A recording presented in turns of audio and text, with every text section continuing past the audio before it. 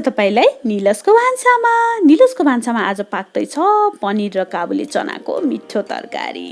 रातभरि भिजेको 1 कचौरा काबुली चना, 4वटा प्याज, लसुन र अदुवा, 1 पाउ पनिर, 4वटा उसिनेको आलु, 5-7वटा टमाटर। संजोगीमा तपाईले नितान्त बेसिक मरमसलाहरू देखिरहनु भएको छ। तपाईहरूले अन्य मरमसला र सामग्रीहरूलाई जोडेर यो परिकारलाई भव्य बनाउन सक्नुहुन्छ। निलसको भान्सामा हामी सीमित स्रोत र साधनबाट नै मिठो बनाएर खानलाई कोसिस गर्छौं, सबैजनालाई सहयोग होस् भनेर। अब प्रेसर कुकरमा तेल तातिसक्यो, 12 मसला मैले फुराइदिएको छु। मसला फुरिसकेको छ, यसमा मैले चना फुराइदिएँ। चना राखिसकेपछि मेरो पहिलो काम के होला?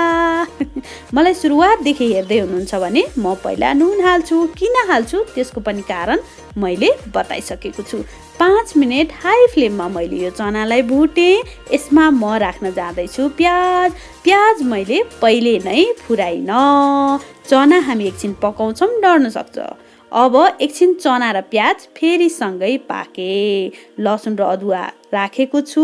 त्यसपछि मैले यसमा राखेँ टमाटर। अब हामी यसमा बेसार राख्छौं र जिराको धुलो पनि राख्छौं।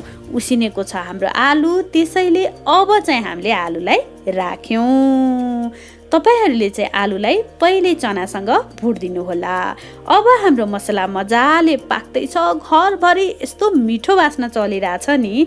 हाम्रो मसला पाकिसक्यो। अब हामी यसमा पानी राख्छौं। आफ्नो स्वाद अनुसार अड्कलेर कति पानी राख्नुपर्ने हो राख्नु होला। कतिको बाक्लो पातलो बनाउने त्यो अनुसार।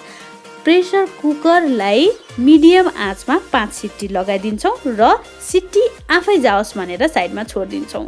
अब मेरो काम, मैले फुराउँदैछु पनिर। हामी नेपालीको बानी पनिरलाई पनि फुराएर खाने। पनिर फुरिसक्यो, अब डार्क ब्राउन भएर मैले यसलाई झानिदिएँ अघिको चना र आलुले। अब हाम्रो तरकारी तयार भयो। रोटीमा केसँग खाने आफ्नो हिसाबले खानु होला है त।